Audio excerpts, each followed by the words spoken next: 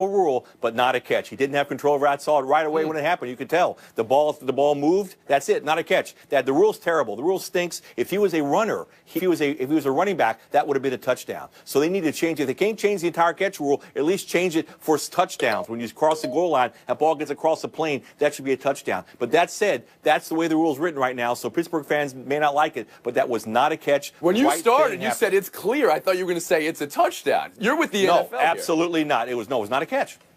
Clinton, you? Yeah, I'm not buying that at all. When I saw it, it looked like a catch. And in general, when it comes to all these things, my question is, for whom and for what? Is there some, group of people out here that are so obsessed with the minutia of every single thing that it seems like we've ripped all the fun out of every big part of a football game? It reminds me of what they do in baseball as well. Things that are imperceptible to the human eye suddenly get broken down in such small particles that all of a sudden we've got to make these changes. I don't know. I don't like it. It just seemed like a huge deflator to the entirety of the game. Deflator, nicely done, Clinton. Yes, Frank Isola.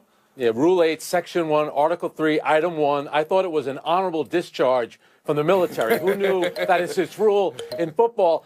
I mean, come on. He makes the catch. What I think happens is because he's not touched, I feel like he fumbled the football for a moment in the end zone, recovered his own fumble.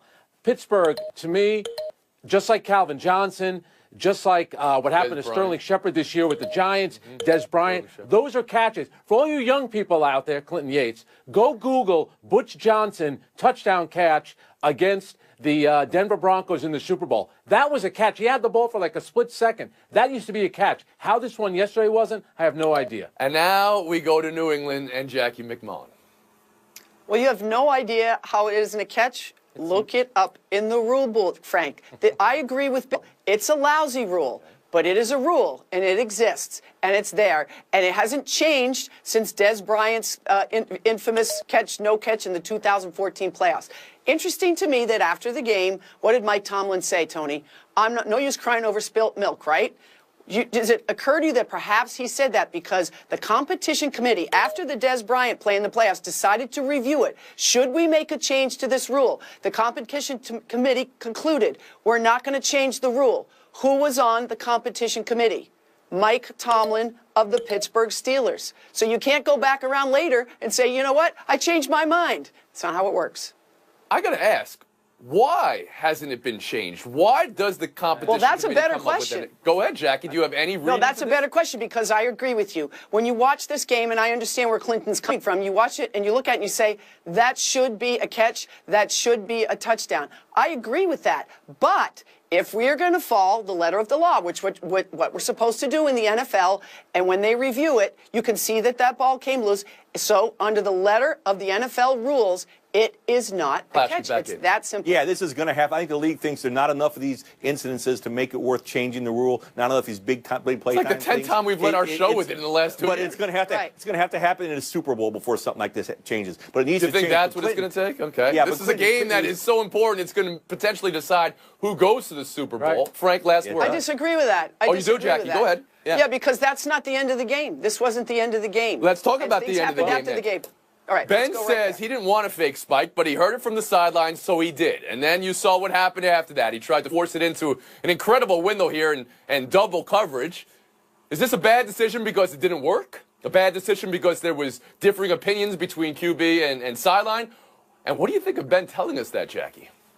So, first of all, of course, it's a horrible decision. You just saw it yourself, Tony. He's throwing that ball into 3 white jerseys. Ben Roethlisberger is one of the elite quarterbacks in this league. He knows better than that. If you can't make that play, throw the ball out of the bounds, kick the field goal, and go into overtime with your team. But here's what comes down to for me.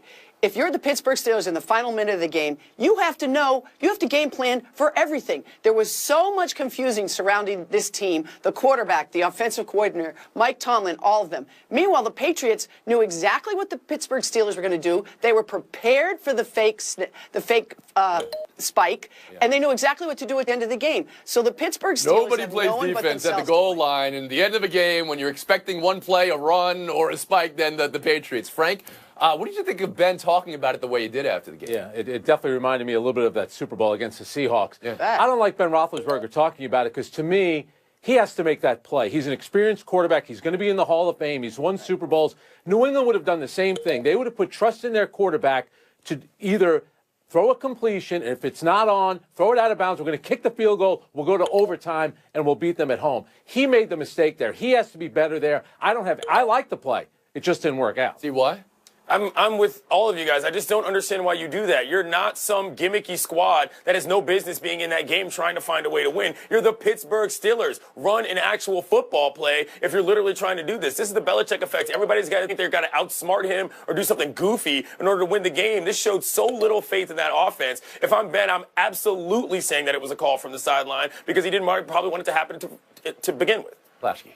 Come on. I think this is on Tomlin. It's your sideline. Your sideline was in chaos. The Patriots was not. And, Jackie, I'll take what you said a step further. New England did the same thing to Seattle. They did it to Atlanta Falcons. They did it to Pittsburgh. The New England is prepared. The other team is not down the stretch. Now, again, this goes to Mike Tomlin. There's been a lot of criticism in the past of Mike Tomlin and the way he runs his team, or maybe doesn't run it. It did seem chaotic there. I think it's on the head coach. I said earlier this could decide who's going to the Super Bowl for the AFC. I got some pushback there. I was surprised. Does this change everything in the AFC to you, Frank Isola? Well, I think what could change things is the status of Antonio Brown. Suffered a partially torn calf. We haven't even mentioned him yet. So if he's available come playoff time, I still think that Pittsburgh, if it happens where they have to go in New England to get to a Super Bowl, I think they could do that. New England is great. They've lost home playoff games before. Let's not forget that. Jackie, how much does home field matter?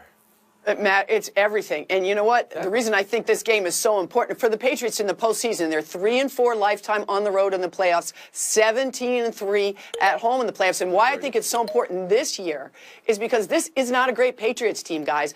Those receivers, except for Gronk, who was unbelievable, no separation from those receivers, a horrible defensive play to get Pittsburgh back into the game on that 60-yard play. This is a vulnerable Patriots team that's a lot less vulnerable when they're home in Lasky, Foxborough. last word. Yeah, not only is New England home for the playoffs, they're home their last 2 games of the season. So they won't leave New England for maybe 2 months. They're home for 2 months The right rest of now. the year- That's rest all of we the need. year. That's a Sounds lot like of time to Jackie's prepare schedule. for that. Clinton Yates. An in-game adjustment for Antonio Brown is one thing. Having an entire week to game plan for that offense without him in a playoff situation is an entirely different one. That's huge for the Steelers. All right. We have to talk about the other inconceivable headline from this week of NFL games. An index card maybe deciding how an NFL game was won. Gene Steratore says he used it to reaffirm that it was a first down. The Cowboys won this last night because of that card and also the fumble at the pylon rule. Another rule in the NFL I want to see at least get looked at, but we can address that if you guys want. Clinton, let's start. Weekend full of rules explainings. How does this one measure up? I mean, can we talk about the smirk on my man's face when he applied Exactly. that index card? That was top-level petty. By the by, this last time I checked, is an index card a prop? I just want to make sure in the context of everything that we're allowed to use and not use. I love this only because it was so ridiculous that it showed us exactly what we talked about earlier. The competition committee and all this, everything is sort of random. I hated it as an actual thing, but the drama was high level and it made me laugh. Isola, do you think it reaffirmed whether it was a first down or not? No, I don't think so at all. Honestly, either call made sense until he put the piece of paper there. I thought Al Michaels brought up a good point. Tony, you've talked about this before. With technology today, how can we not come up with a better system for marking the football? And I'll tell you, here's one more thing. Everyone loves to use a cliche, oh, just somebody needs to make a play. Jesse James tried to make a play, Ben Roethlisberger tried to make a play, and Derek Carr tried to make a play when he could have just run out of bounds and lived to see maybe 2 more offensive plays. Sometimes the idea of making a play is not the right thing to do. Jackie Mack? So I watched this over and over again, and if I understand this referee correctly, he already had made up his mind that it was a first down. And he put the paper down to reaffirm the suggestion that it was a first down. But the fact that you can put the paper in between the ball and the pole suggests to me it is no longer a first down. So and then he tried to explain it to the pool reporter afterwards. I was more confused after that than I was when he started. Now, if I'm Staples, I'm calling that dude tomorrow and I'm plastering him all over the front of my store for the rest of the holiday season. But it made no sense, zero sense. A bad day for the NFL. The fact that a billion-dollar league still uses dudes holding chains to say where the ball is and where it's marked every down is ridiculous. That's absurd. They need to change the technology. But I want to take it a step further. I think the rule we're talking about, the worst rule of all yesterday, was the rule where Derek Carr fumbled through the end zone and suddenly the ball goes to the Cowboys. That should not be. That rule needs to be changed. The Raiders should keep that. like that. The Raiders should keep that He ball. fumbled the ball. Have her called, but he was right in the end zone. Put it back to the 20. Give the Raiders the ball at the 20. But they should keep possession Try of the ball. again. at the Do over? end zone. Yes, if you fumble through the end zone, why do you lose the ball? You fumble in the lost the 50-yard ball. line, you don't lose Ball the ball. insecurity, What yeah. about the end zone? I'm with Bill on this one. I think Yeah, where it's a we terrible learned rule. in It's the a terrible NFL rule. is never reach for anything. If you're reaching for the end zone and it goes That's out of your right. hands, well, then you're in trouble. Don't If you're make a reaching, play. And isn't it the most absurd thing of all is if you're a running back and you do Yeah. extend and the ball goes flying all over the place, that counts. I can Are you see if the serious? defense knocks the ball out of your hands. If you're reaching, it's a different thing. be a Again, reverse though, a touchdown. microchip in the football.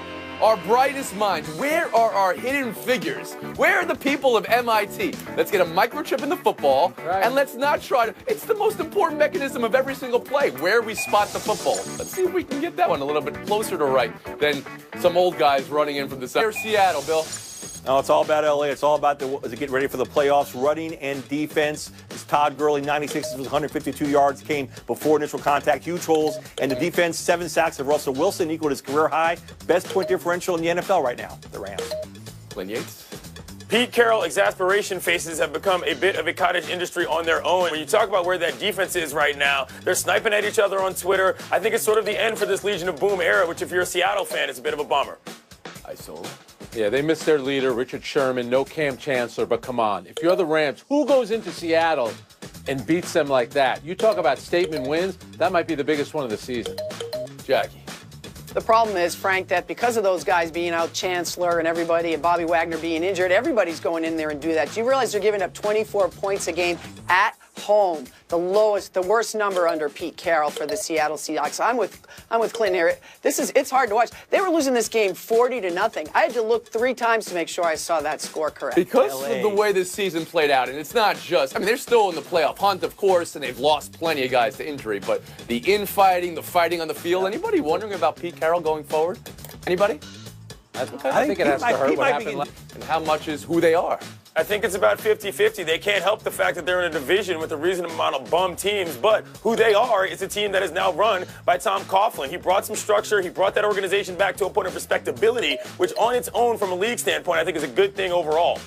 Frank? Yeah, Tom Coughlin knows what he's doing. He's been in Jacksonville before. That was the last time they had a good team, all the way back in 1999. And they have a defense. That's how you win in the NFL. Tom Coughlin knows what he's doing. That was a great hire. Jackie. They are for real. They're leading the league in sacks, takeaways, pretty much every defensive category. They're the most elite team in the NFL in defense right now. So Pittsburgh and New England, this is the kind of team that'll bother, particularly the Patriots, who need to be able to protect Tom Brady. And Leonard Fournette didn't even play in this game. And that's the other thing that bothers the Patriots is a big, strong, bruising running back. Did I hear the word elite in that answer, Jackie? I think I heard the Defense. word elite. You snuck it in Definitely. there. You did. Okay. That's And I now a stand word by we it, by deduct. the way. Okay, You- that's fine. And I stand by deducting points for a word you guys have cheapened bet. beyond the face of the planet. Go ahead, Bill Plaschke. Yeah, Jackie, they'll not only bother Pittsburgh, they beat Pittsburgh earlier this year in Pittsburgh, intercepted Roethlisberger 5 times. Remembers it like This it is a was defense, yesterday. the first defense since 1970 that can lead the league in scoring defense, takeaways, and sacks. Pretty good defense. They're real. Is that true? Good stat, Bill Plaschke. And he had that All over it. win on the Steelers, too. Points for Plaschke. We'll move on. Buy or sell 3. 2 plan is that Jerry Richardson is selling the team. Let's start there, Frank. Well, the allegations in that well-reported story in Sports Illustrated, they were obviously disturbing, and let's face it, a little creepy. This is the right thing. He has no business owning an NFL team. Why he ever had the team in the first place, that's another question. It's good that he's getting out now. Jackie McMullen. Is it the right thing? Because that when reading that article, talking about asking people to give him foot massages, back massages, inappropriate racial comments. So now he just says, okay, you guys got me. I think I'll just sell the team. If I'm the NFL, I continue my investigation, whether he's selling the team or not. I think he needs to be stand up and answer to these charges that have been levied against him. Bill Plaschke.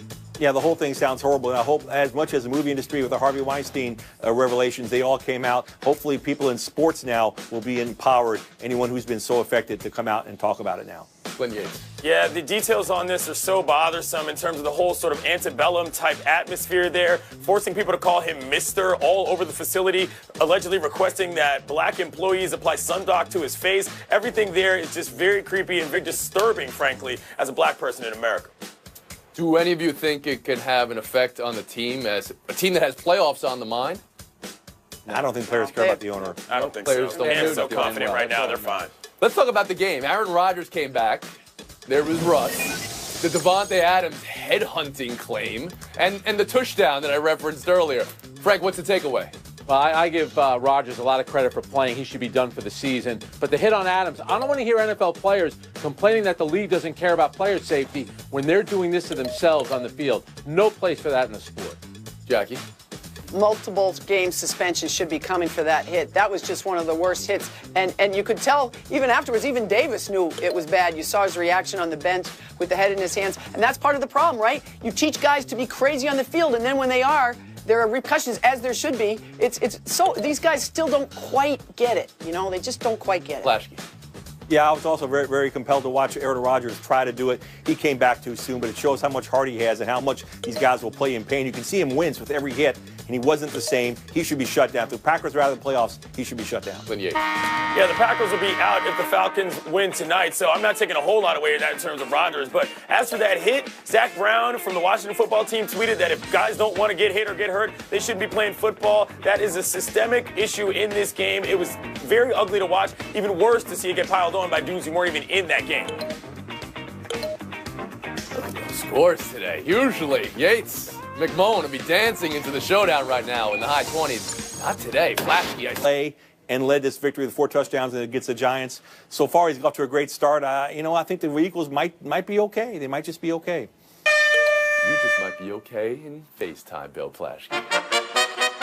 Tonight's a very special night at Staples Center down the road here. Kobe Bryant will have not 1 but 2 numbers retired, 8 and 24, and it's perfect for him because his career spanned 20 years with the Lakers, 5 championships, 8. He wore 8 when he won with Shaq. He wore 24 when he won with Pau Gasol. Kobe Bryant, third leading all-time scorer, should be considered one of the top 10 NBA players of all time. I'm stunned he hasn't. 81 points in 1 game. Tribute to Kobe. He retired not just his numbers, but a work ethic like the kind we'll never see again. Off to you, Kobe. Thank you, Bill Flashkey. I want to say something right here. My thoughts and heart are with John Skipper at this moment, who so many of us at this network owe so much to. And to all those struggling with addiction. It's okay to not be okay. And my hope is that all people who struggle with disease can summon their courage, and we as a society can view their need for help as to what it is. Not a moral failing, but an illness that affects the physical and mental well-being of our fathers and mothers and brothers and sisters and friends. May we be there for each and other as ourselves, because for the grace of God, go us all. We'll see you tomorrow. Thanks, Speed, John. Happy Hour is presented by Captain Morgan.